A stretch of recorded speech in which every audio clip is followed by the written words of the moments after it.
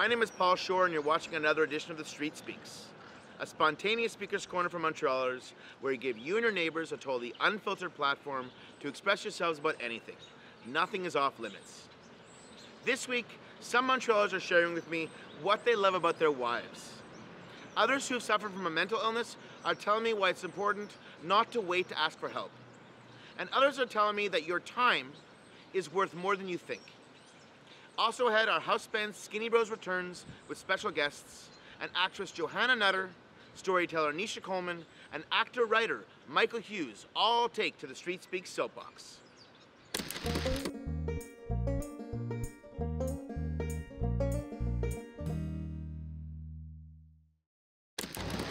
What I love about my wife, well, you know these things, you don't ever really know. And maybe that's true love, because every day you get up and you say, oh no, I don't think I would have done any better. And I don't think I would have wanted to make any other choice. Say it again? I'm a masochist. Okay. I tease him with that. Yeah. But you know how can you pinpoint it and say, I'm not saying... it's because she walks like an angel. You're quoting songs now. Yeah. No. How's your relationship? It's great. Really? Yeah. Why? Why? Because mutual respect. We're both confident individuals. We're both, striving to go and get our goals. You will have challenges for sure, but I think when we got married, it wasn't a challenge. And it's awesome. Support each I couldn't other. be with a better person. Okay. Every relationship requires work, but when you care enough about the work, you see the actual rewards from it. It's only now he's turned into a grumpy old man. It's a challenge. I wouldn't advise anybody to get as married as fast as I did, but that was pure what you call going on karma and sense of trusting your guts and your feelings and all that kind of stuff. So, with my wife, is it work? It's not work, it's almost something natural.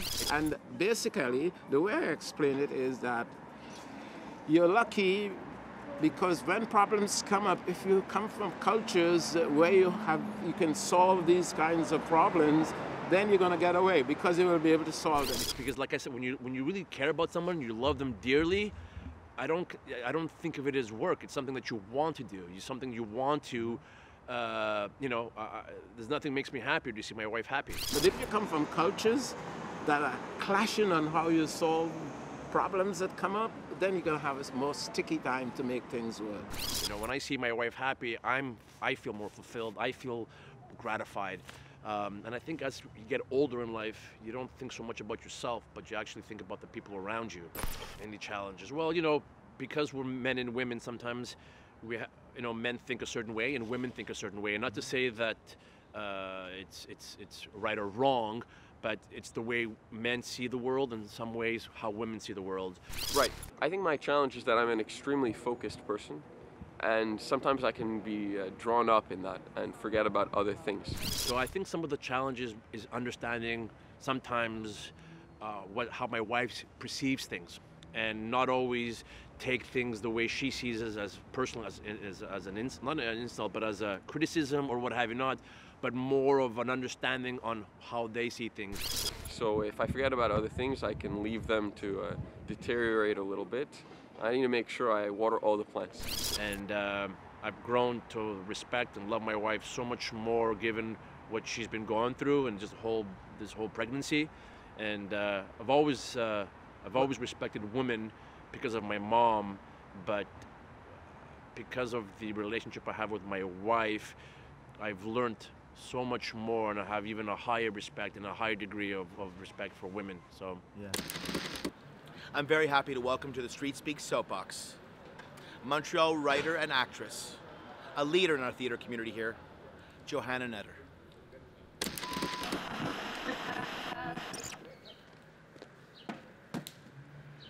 6 months with no threats. We'll have a nice regime where we can only be nice to each other.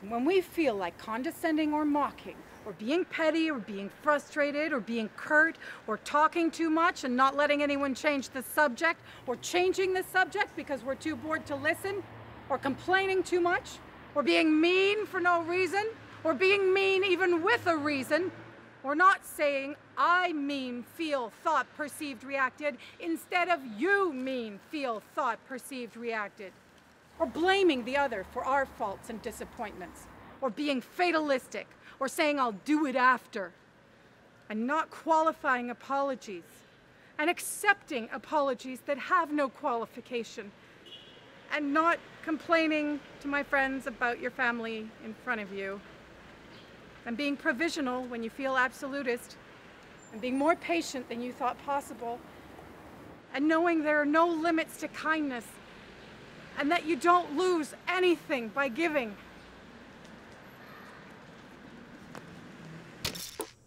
I'm very happy to welcome back to the show our house band in Elaine and special guests, Skinny Bros.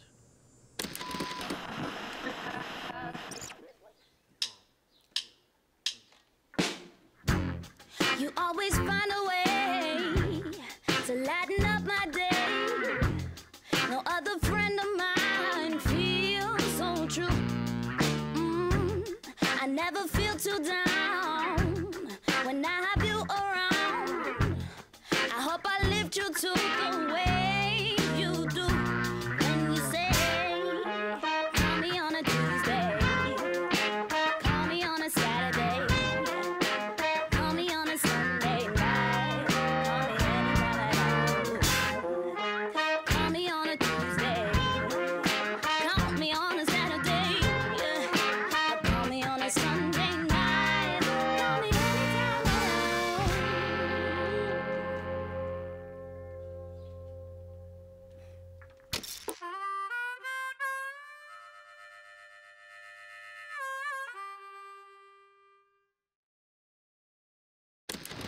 I think sometimes these are sometimes hard times for a lot of people, and I think that we should focus on our community more. Unfortunately, where we're at right now is whether it's first world or third world or white privilege or whatever, we're still looking at this idea of we have hanging over our heads this concept of if I don't pay my rent, I'll be homeless. Neighbors, hey, I need something. Do this for me. Can you do this for me? Can you try to help each other without like always trying to wait for help from the government and from other things? I think that we're forgetting real interactions instead of waiting for help from above. There's this fear. We don't work together to say, hey, you know what? We all benefit when everyone's at their top of their game. We're saying everyone needs to be the same. Everyone needs to pay their rent, pay their whatever. And that's what supersedes this becoming yourself. There's a poem that says loneliness is a sign you're in desperate need of yourself. And I pretty much find that to be true. If I'm lonely in a group of people, I feel like, at least for me, I haven't spent enough time really being with myself. So I feel lonely when I haven't had a chance to catch up with like who I am. Lots of people in our society are alienated from everyone. It's very sad, very sad. I do get sad, I guess, when I think of people on the streets. So becoming yourself isn't important because vulnerability is a problem. We're afraid to be vulnerable. By being vulnerable, in this case, it's not being able, not having the basic needs covered: food, shelter, clothing. We don't, as a society, work together to help each other do that. I mean, like if I need something, if I'm moving, hey, I do have a circle of friends. I don't have the I don't have the money, let's say, to pay movers. Hey, but I do have friends. Let me call them and let me exchange a few things with them. Everyone's each man for their own, and we don't have this luxury of exploring our talents and being vulnerable or trusting that things will work ourselves out. We have to take care of getting on top of that. Well, we're afraid of what will happen if we're vulnerable and things don't work out. Exactly. So we could like exchange services instead of always like thinking about how money can help us. Like, no, like sometimes we can offer our time, and it's worth great things. Yeah. I'm happy to welcome back to the show a soapbox veteran, actor-writer Michael Hughes.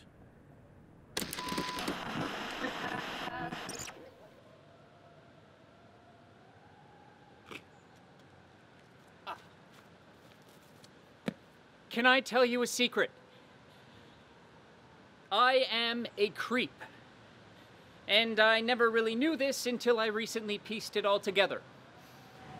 First, I realized I like walking around my neighborhood. Perfectly normal, I thought. Most people like walking around their neighborhoods. Then I discovered that this walking around my neighborhood was happening mostly at night. Okay, not the most common walking time, but nothing out of the ordinary. Then I discovered the problematic part. The reason I like walking around my neighborhood at night is because I like peering into people's houses. You know the time of night I'm talking about? When it's dark outside, but when households are still all lit up, so that the windows become these tiny portals into the lives of others. And what I see during these voyeuristic night walks is always spectacular, in the most unspectacular way. I'm obsessed! It's the silent cinema. But you understand very quickly that what you are watching is all those scenes that never made it into the movie. Scenes of children gleefully chasing one another around kitchen tables, fighting over who gets to use the iPad. Scenes of widowed women in their lazy boys, their faces lit up by flickering images of an unseen iPad.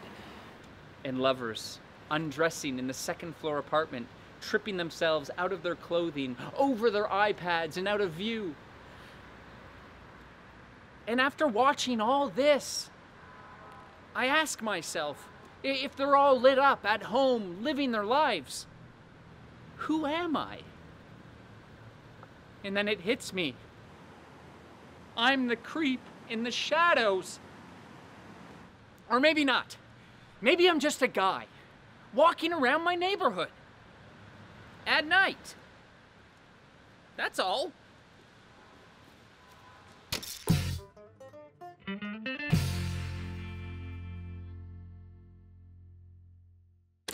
you know any people? Do you have people in your family? Do you have friends who are suffering from mental illness? Yeah. Yeah? Of course, yes. Why of course? I can't think of anybody right now, and No I one. haven't gone through any mental illness or depression, but I have to say that I think that our society is one that is less and less connected. Everybody has their own struggle, I think, and some is just harder to find a balance. And I think that people need the support of a very strong network of people who care about them to feel good and to understand themselves and to be immune from those illnesses. And some people they need help, and I think, yeah, I know a lot of people. But yeah, everybody has their own thing. But yeah, it's part of life, you know. No, I can, you know, I realize there is all kind of people, of course, and sometimes you have people that it's more difficult for them too, I realize. Are they suffering? It depends. Like, I think it's just finding your balance, and like I had my own stuff when I was younger, and then through yoga I'm getting better. But yeah. I've relied on government assistance for most of my adult life. Okay. I have bipolar disorder, so I'm kind of fucking absolutely insane. Okay. They won't let me go murder the fucking terrorists myself because I'm so crazy I'll fucking cry myself to sleep every night. But for me it was just about like you think about your habits and how what you think and what you do, how it affects like the rest. So Are you getting the help you need? Yeah, I have my team, I have my meds. Okay. Are you taking them? Yeah. Okay, good. Yeah. No, because I talk about this in my show. I don't think we talk about it enough. I think it's something that's important to talk about. I don't think it's to be ashamed of because it's a new stigma. It's, Were you stigmatized because of your mental in the illness? U.S. and the U.S. beyond. Right, yeah, I think people have stigma too. If they think if I'm going to the psychiatrist or psychologist, maybe there's something wrong with me. it's a very long process. Like I've been practicing since 12 years now, and I can see a big difference from day one to now. Me with the bipolar and with the artistry, you know, my dreams, you know, long story short is I went to theater school and it fucking destroyed my relationship with my father because he co-signed on the dotted line with the loan. And it's just like finding your own self, I think, and really having a calm mind is gonna make you better in your body also. And then so I'm fucking always homeless, like I am now. But I keep it real clean. I don't do any hard drugs. I smoke a lot of pot, barely even drink, and nobody even fucking knows that I'm homeless, because who cares? I always go back to education, about talking about it and talk to people about it. At the beginning, I could be like, I was more like depressed and more like negative, and now like I'm just like equal all the time. So it's really good to ground yourself and to just be good with yourself. But at the same time, if you're experiencing that, it's very hard for you to talk about it. So I think there's a lot of help that exists, a lot of help in the community, but people don't know where to go to get the help.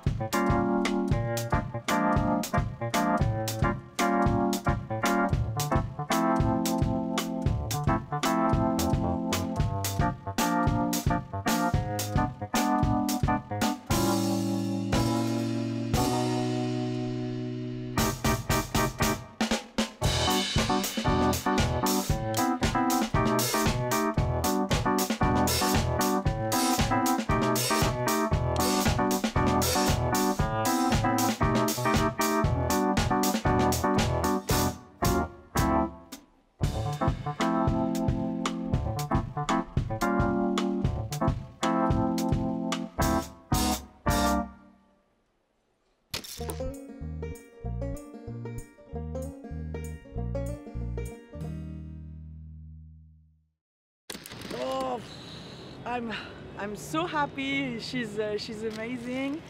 I'm so more confident about myself. Like because I'm proud of myself. I'm doing so much things. My kisses changed my life because I'm happy now. Before I'm young, I don't have the dream for my life. But now I have the dream. I work too much because I have the kids. Now I need to give a good life and yeah. It's because of the way I was raised, you know, and respecting elders and authority figures and listening to my parents, even though sometimes we stray, but we always knew we have to come back, you know, because we respected our fathers. I want to learn to people. That's what the new thing. That's why I changed my career. I'm now an instructional designer. I was a project manager before, but I wanted to to design a learning experience because with kids, all is about learning. Faire le franglais si vous voulez. Je peux pas faire du n'importe quoi parce que il y a mes enfants. Je dois donner l'exemple à mes enfants. Je dois être exemple pour mes enfants pour que aujourd'hui il y a trop de crimes et si moi je ne suis pas exemplaire, les enfants aussi ils vont pas suivre. They learn all the time, and so you're like a teacher. So that's why it's very changed your life about this experience. This is a learning experience. In this whole life of maturing, I think it took me longer to recognize things than I wish I'd had somebody to guide me a little bit. You know, back then, you know, used to get a little whooping, you know, but you know what? It did me right, you know. It's just it's sad that they took that away from parents because some parents, you know, go too far, but... Quand je vais le dire, il faut pas aller voler, ils vont dire, mais pourquoi? Il faut que je donne l'exemple. If you go to school, you have a good job. If you not go to school, you not have a good job. It's, I don't know, what do you say in English? Ma raison de vivre. It's your reason to live. Yes. You love your children. Yeah. Going back to parenting is an integral part of parenting. It's like guiding your children and bringing them along. And I didn't ever have that. I had to kind of jump in with 2 feet and regret things also, obviously. I'm so happy to welcome to the Street Speak Soapbox Montreal's own accomplished writer and storyteller, Nisha Coleman.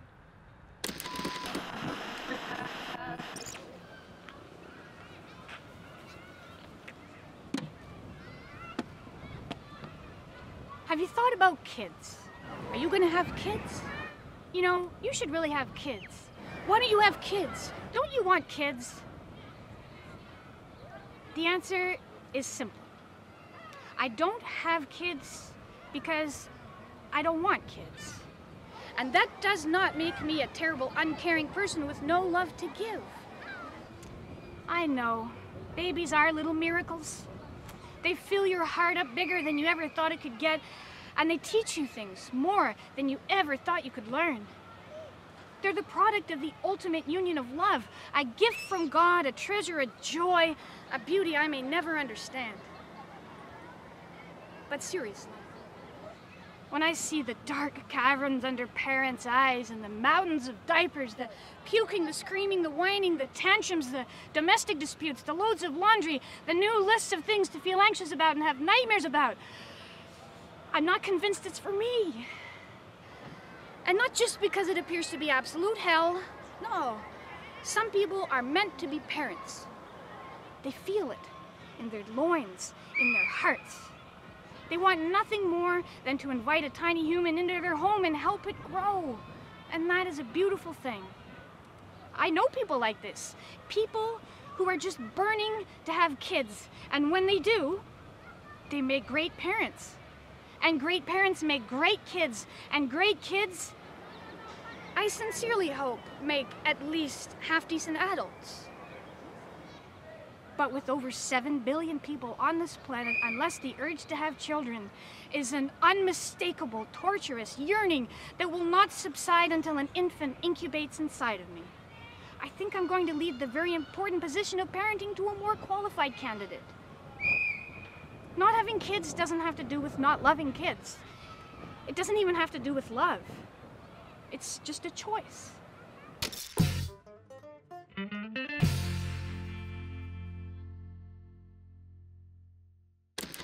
Oh my God. Really? Rocked my world.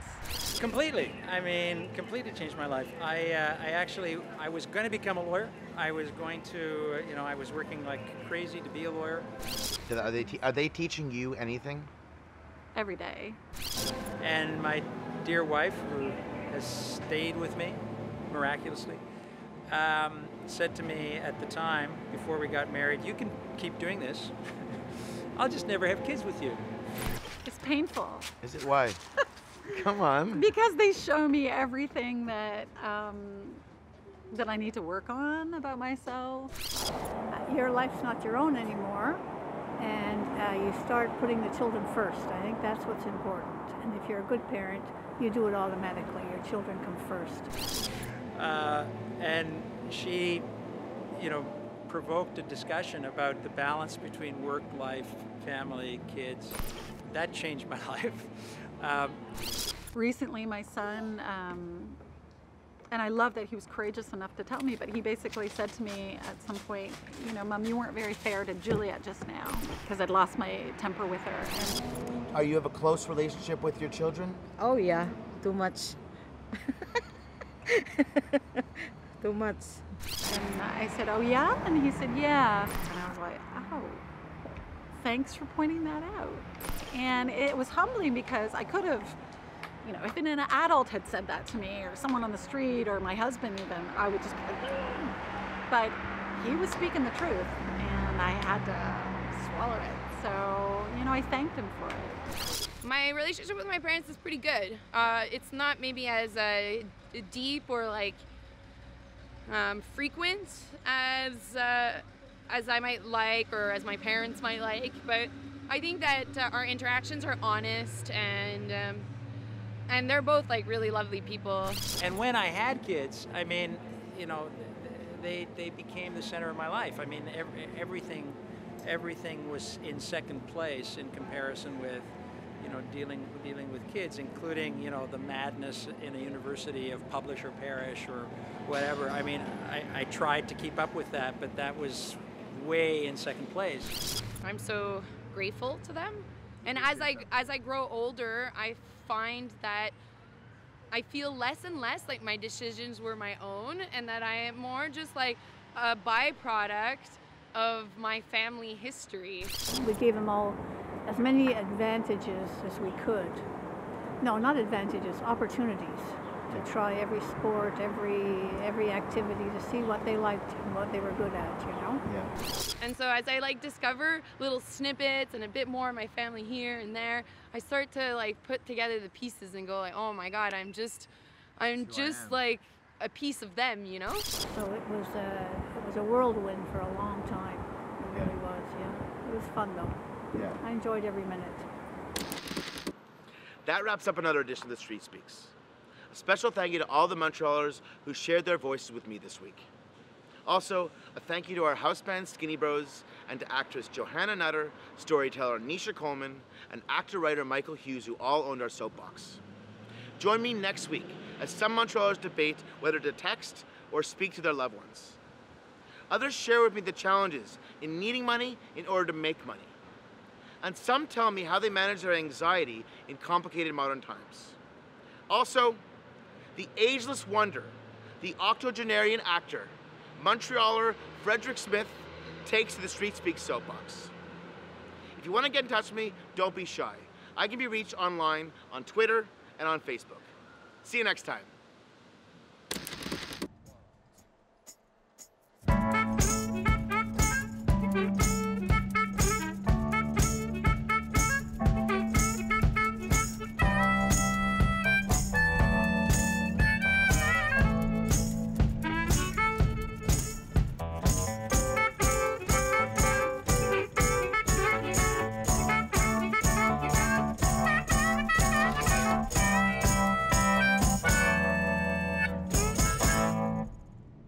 My name is Isabelle, and you are watching the Street Speaks.